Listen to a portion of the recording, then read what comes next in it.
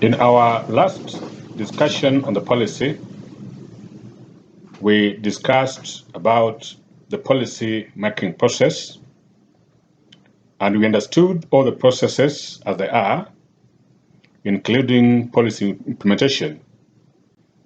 I indicated that the stage in policy making process that we call policy implementation is a topic of its own that we're going to spare time and discuss deeply.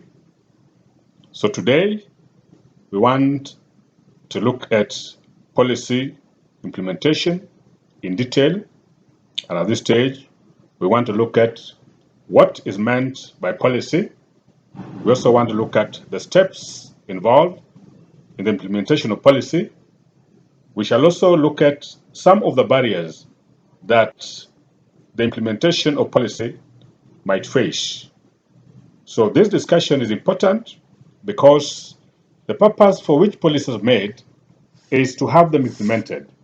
Without implementing them, then the issues or the problems that they were enacted to address might not be addressed at all. And therefore, the entire process of making such policies become futile. So implementation of the policy is a very, very critical activity in social policy, because how a policy is implemented and the kind of barriers that it faces, ability for the implementers to overcome such barriers might mean the difference between resolving an issue that the policy was meant for and not resolving it. Welcome so much to this discussion. What do we mean by policy implementation? Policy implementation refers to a stage in the policy making process that involves actions that are needed to put laws or policies into effect or to solve a problem. The concept policy implementation might also be understood as the actions or activities that are undertaken by responsible agencies to address or resolve issues or social problems that a given policy was developed to address. When we look at the two definitions of policy implementation, basically what it means is that when you talk about implementing policy, we mean putting into action the various programs that a policy proposed were going to be put in place in order to address a problem that was found as being there. For instance, if we come up with a policy to improve access to higher education, and within that, we argue that one of the barriers to access to higher education is lack of funding, especially to the students who have qualified to join higher learning institutions. Then say we come up with a policy on funding of students who have been called to join these institutions. Then the implementation of such policy now would mean going ahead and now distributing the funds to students who have been identified as having qualified to join the universities. So implementation simply means putting into action programs that a given policy had proposed as being the solution to the problem that has been identified. It is important also to note that the implementation of policy starts in the advice, the strategy, execution, and of actual activities and delivery of the goals for which the action plan is drawn.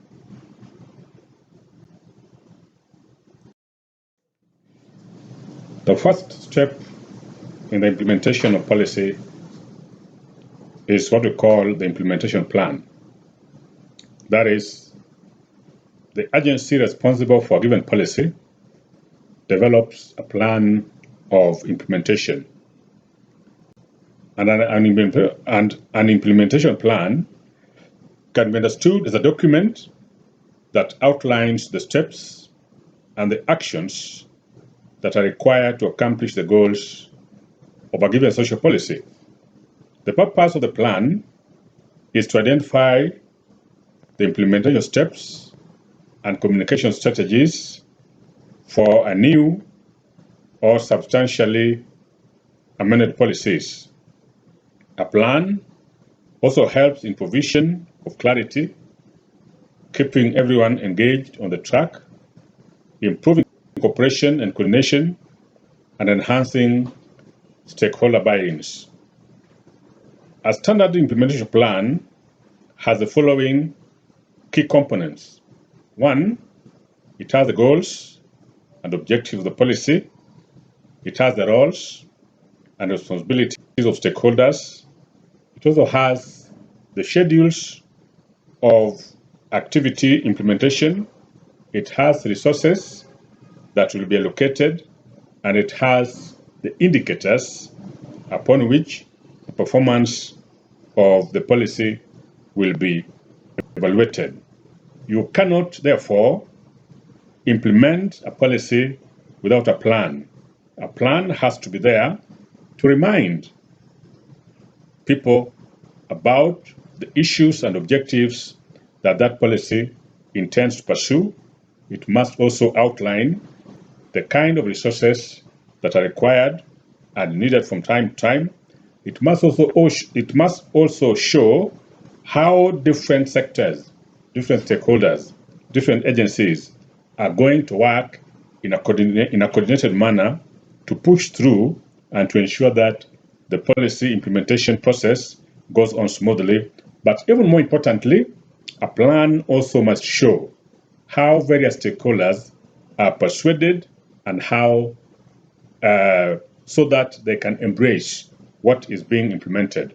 Otherwise, if there's opposition among stakeholders, then it becomes quite difficult for any given policy to pull through. So implementation plan is important in any policy implementation process. And it is one thing that the policy implementers must develop first. If a plan is clear, then it paves the way and it smoothens the path of the entire process that the policy is going to pass through as it is being implemented.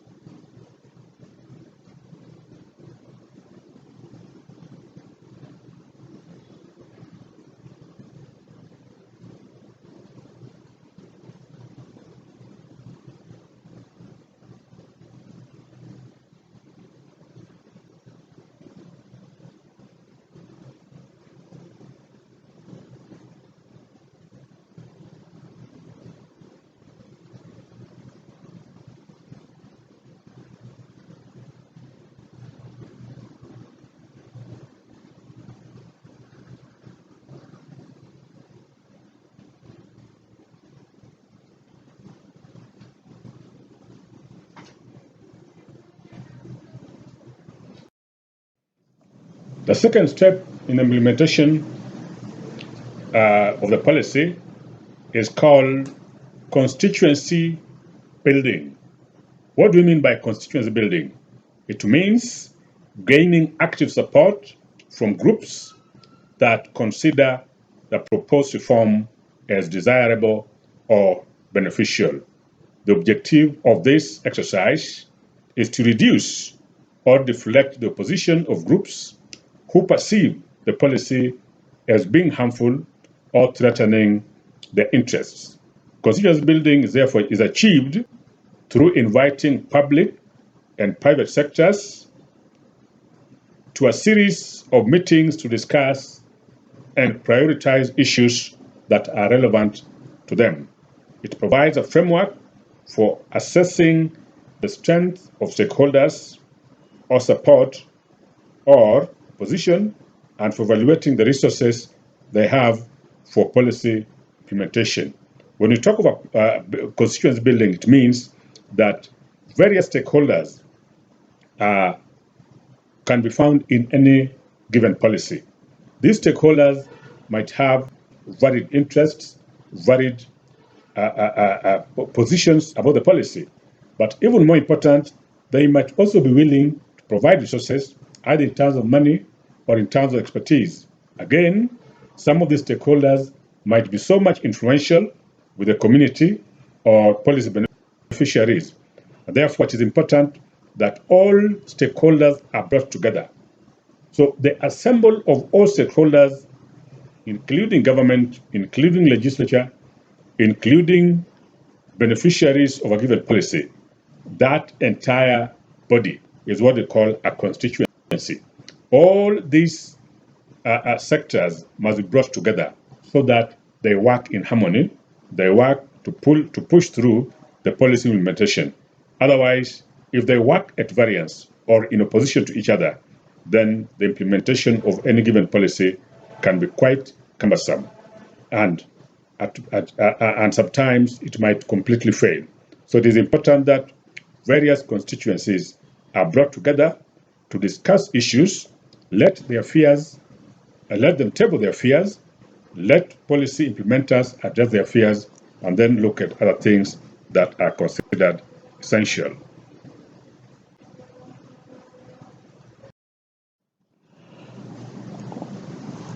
The other important step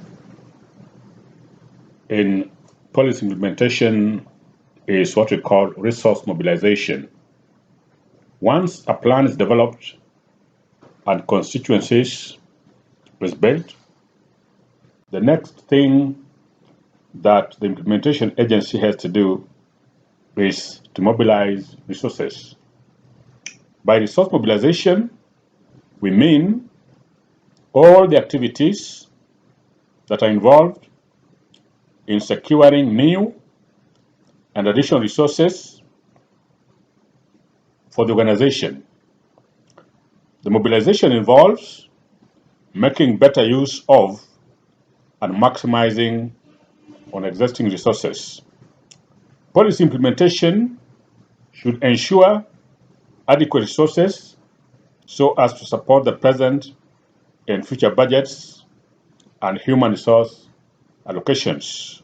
Accomplishing the task of resource mobilization may involve a variety of activities, including lobbying stakeholders to contribute resources, negotiating in ministries for budget, line item funding, or designing new resource allocation systems.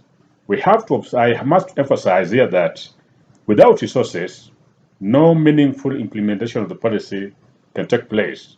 Resources are needed to ensure that the policy implemented smoothly and it achieves the objective for which it was set. It is therefore important for policy implementers to ensure that they have sufficient resources so that the implementation of the policy can be done in a smooth manner. Resources here might mean finances to implement programs. It might also mean skills in terms of manpower to oversee the administration of various programs. It might also mean the networking that is developed and the social capital that the agency develops and creates with other agencies and stakeholders. All these must be put together to ensure that they are properly allocated and properly deployed when necessary. So that at the end of the day, we want a policy to succeed. And for a policy to succeed, we must have sufficient resources to make it work. Otherwise, the absence or inadequate resources might mean half-hearted implementation of the policy. And that one now, at the end of the day, it might not address the entire problem that the policy was developed to address. So resources must be put in place, and their mobilization must be a priority and a significant function that those who are in charge of the administration of the policy must fulfill.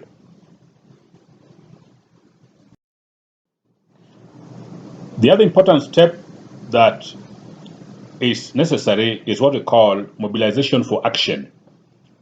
Mobilization for action basically refers to identifying, activating, and pursuing strategies that help in the implementation of the policy.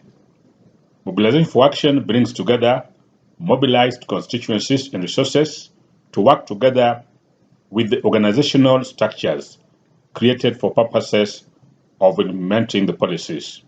The result of this exercise is the translation of intentions that have been outlined in the policy document into actual activities that address issues or problems identified by the policy. Put simply, when you talk about mobilization for action, we basically mean the actual activation or the actual implementation of the activities, the programs that the policy had identified as being necessary in the realization of the objectives of that particular policy. So mobilization simply means putting together different people, different sectors, and operationalizing all the activities that were identified as being necessary if the objectives of that policy were to be achieved. This is a key step in the implementation stage because it means that everything that was done, the implementation plan, the constituency building, the resources that had been mobilized, they are all geared towards mobilization for action. So actually, it is the end product of all the activities that a policy was made for and mobilization that was done are geared towards. So mobilization for action is actually the actual implementation of the policy in terms of the activation and utilization of everything that exists within the agency to ensure that the policy is not only implemented successfully, but it also realizes the goals for which it was established to address.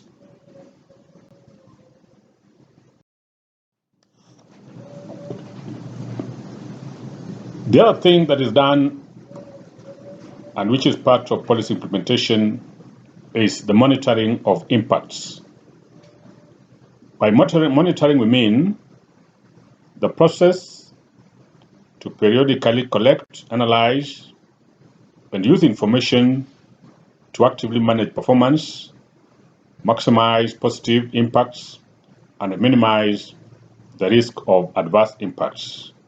Monitoring with regard to policy is an important part of policy implementation because it has the potential of providing early and ongoing information to help shape implementation of the policy. Some of the uses of monitoring information might include informing changes in activities or resources that are allocated to the policy, tracking expenditure against budgets, and report to various audiences and stakeholders, such as program participants, partners, governments, management and governance bodies, donors, and the public about the progress. Basically, when you talk about monitoring, we simply mean tracking the progress of the policy. When a policy is being implemented, there is need to track the progress. In other words, are we in any way addressing the problem that was identified? Is it being understood? Are the resources that were allocated for the implementation of the policy being put into proper use? Are they adequate? Are there challenges that the implementation of policy is facing? And what is it that can be done to minimize or address those challenges? So when you talk about implementation with regard to monitoring, we are basically looking at the process and the possible challenges that that process could be facing. What progress, what opportunities are emerging that probably were not envisioned earlier? What problems are being experienced which were not or had not been seen beforehand? and how are these problems affecting the implementation of the policy, and what is it that can be done to minimize or to completely overcome those problems. So all these things become important in terms of monitoring. And monitoring is also important in building local support to gain a deep understanding of the pathways through which desired change comes about, and assessing risks and informing risk mitigation measures. I think I've stated this, that we need to understand the pathway the policy is going through, the challenges, the obstacles, the risks, and what needs to be done to address them. Otherwise, if we wait and we wait for too long, then the challenges could be too much to the point that they become a total barrier to the implementation of the policy, and the process, it leads to policy failure.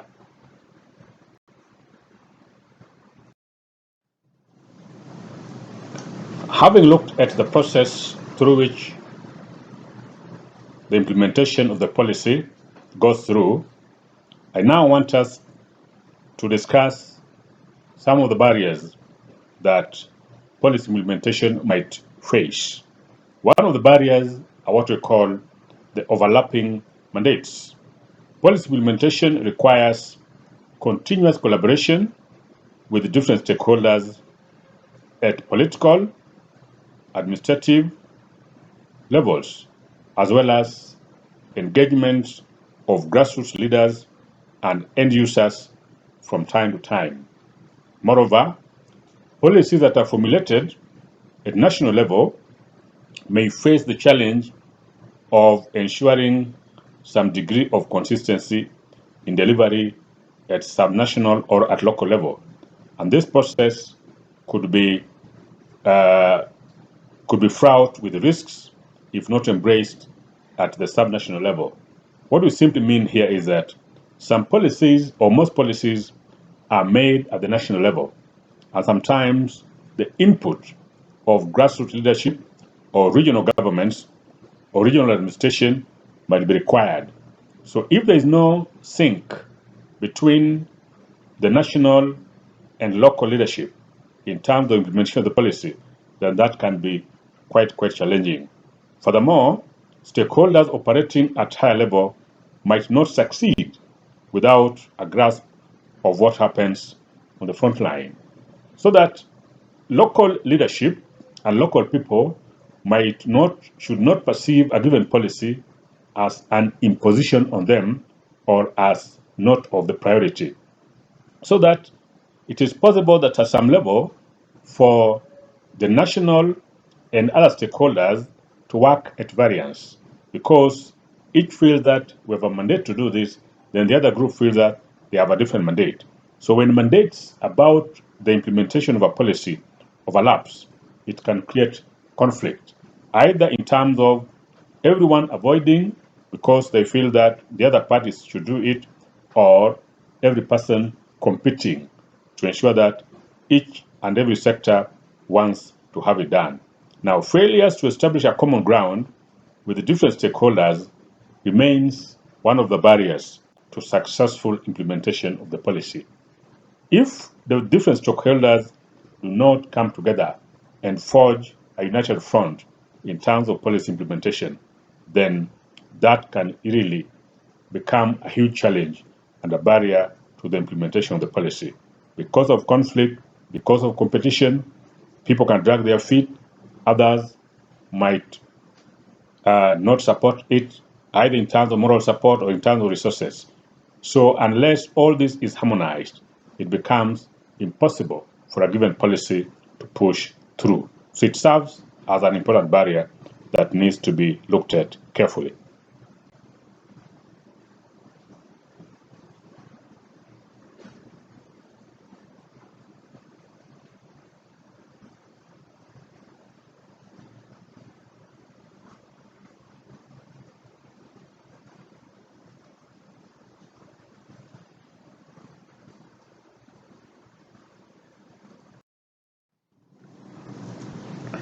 The other challenge or the other barrier to policy implementation is to do with what we call the political cycle. We know that political leaders tend not to be held accountable for the outcomes of their policy initiatives in the event of failure, since they will have a long vacated office. Again, newly elected leadership may also not feel obligated to implement policies initiated by their predecessors for fear that success of such policies may be claimed by those who initiated it. Again, politicians might be interested in policies that have short-term implementation period rather than those that involve initiating that needs to be implemented over a longer period. This is for the reason that they want those policies that, when implemented, the success is seen within their political lifetime, and they can use the success of such policies for to pitch tent or to convince electorates of the need for them to be given more time in terms of another opportunity to serve, so that they can implement the rest of the policies. It is possible, given the short political cycle, that any newly elected leadership might feel reluctant at continuing the policies that were initiated by their predecessors. Indeed, today, some of the challenges that CBC as a policy in the education sector is facing is more to do with the fact that the policy was initiated by the previous political leadership, and the incoming leadership or the current leadership might not feel obliged to have it implemented. Again, sometimes those who initiated the policy might have a clear and deep understanding of what the policy is, and their departure from the office might mean that those who are coming in might not be so much keen, might not have a deeper and a fair understanding of what the policy is. And in the process, the implementation of that policy can become a little bit chaotic, if not problematic. Let's take the case of CBC. This policy was initiated under the Uhuru Kenyatta regime, and one individual that was the face of this policy was the late Professor Magoha, the Cabinet Secretary for Education. His departure from the office meant that another team came in, and in the process, this team changed certain structures that the previous regime took over 5 years trying to put in place and to have the transition to be smooth. For instance, in the previous regime, it was contemplated that the junior secondary schools will be domiciled in the current secondary school, and they took steps to construct additional classrooms in secondary schools to accommodate the junior classes. This, however, changed when the new regime came and now decided that the junior secondary learners, will remain in the same primary school where they were. And because of this, it is creating so much problems in terms of personnel. Indeed, those who have keenly followed the junior secondary education as it is currently have observed that very little learning is going on due to the fact that they do not have adequate teachers to carry out the process of teaching and doing other things that go with the implementation of the program.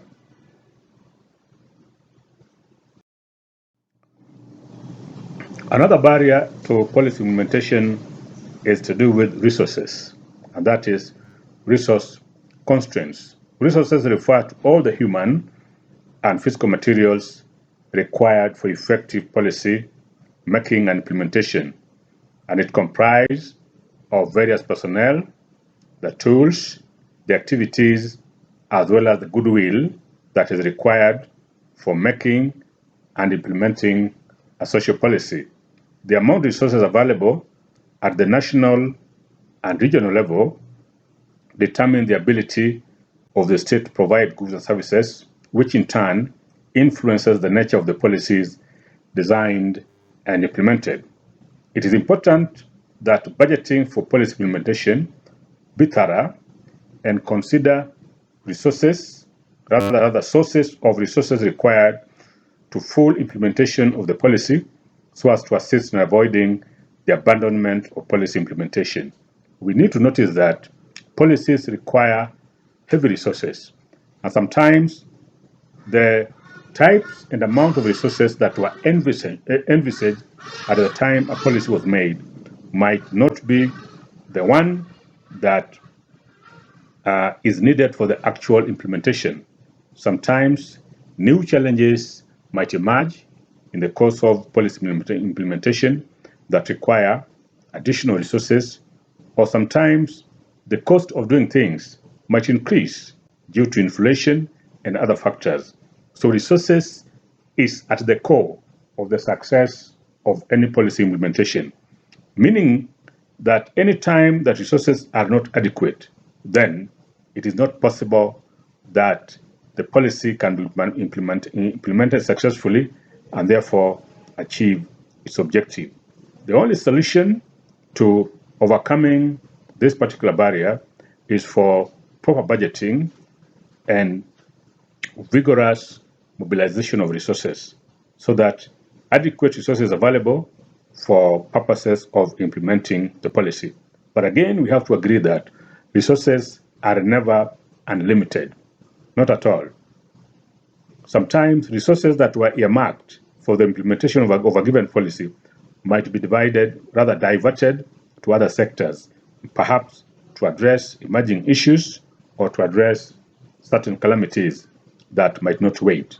In that event, with such resources, it is the policies that might be, that the implementation of the policy is what might be deferred, so that resources that could have gone into the implementation are diverted to address urgent matters.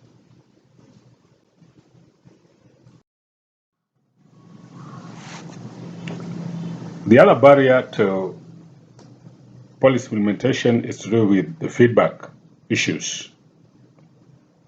We need to observe that feedback mechanism in any policy implementation should be well established between policymakers and frontline practitioners once the implementation has begun.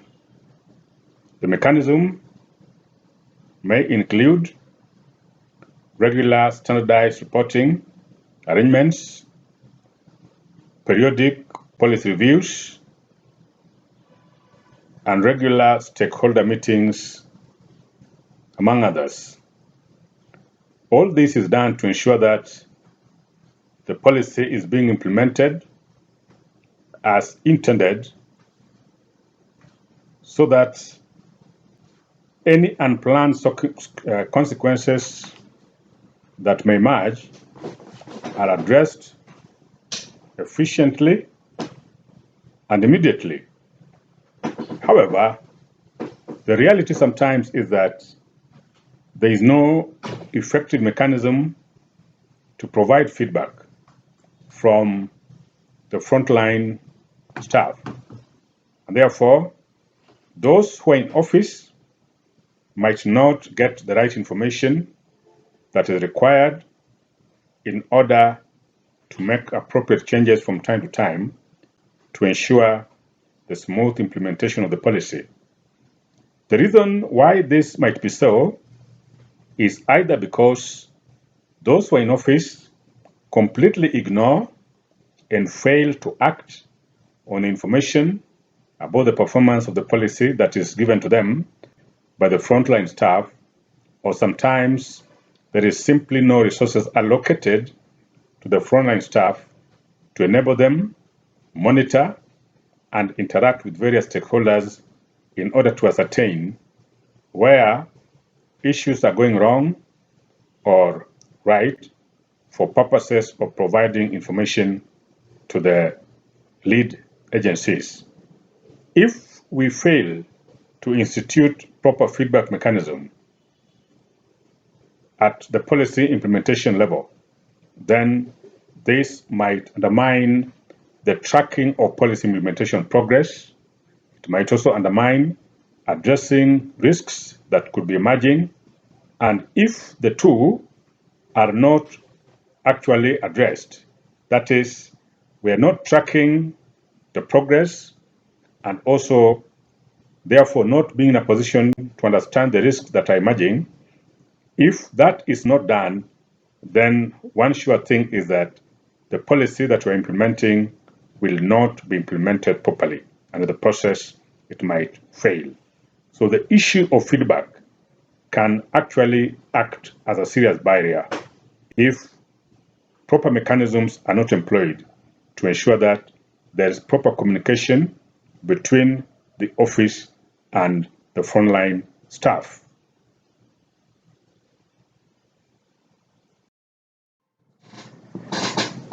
The last barrier to policy implementation that we want to look at is one to do with natural disasters. And disasters are any calamities or occurrences that are natural in nature. They could be human-driven, or they could be phenomena that are beyond the human actions. They lead to destruction of the environment, of property, and even a public infrastructure. Disasters might include droughts, earthquakes, floods, hurricanes, landslides, and even diseases such as that lead to pandemics. All these might lead to fatalities, damage of property, and even social disarticulation, as well as environmental disruption. When these things occur, sometimes the effort by governments and society is to address them because of the need to alleviate human suffering immediately. In that event, the resources that were allocated or earmarked for the implementation of a given policy might be diverted to attend to disasters. And in the process, the policy might delay. Or put differently, disasters might also compromise the ability of a given policy to be effective, to be implemented effectively by increasing the vulnerability of individuals that the policy had intended to address. Take, for instance, a policy that seeks to address access to education in a given area. Assuming, for instance, that within that area there is a major drought that has made it impossible for communities there to grow crops and even to keep livestock.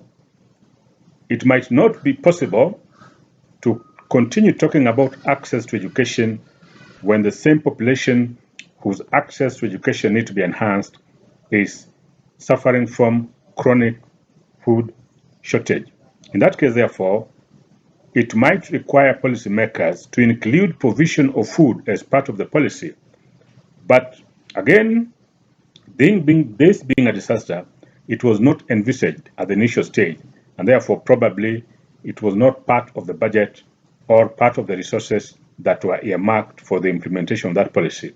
So that might either slow down the policy or completely divert resources that were earmarked for policy implementation to address individuals and member societies that are in distress as a result of disasters. So disaster can be a major barrier to the implementation of any given social policy. At that point, we come to the end of our discussion on the implementation of the policy.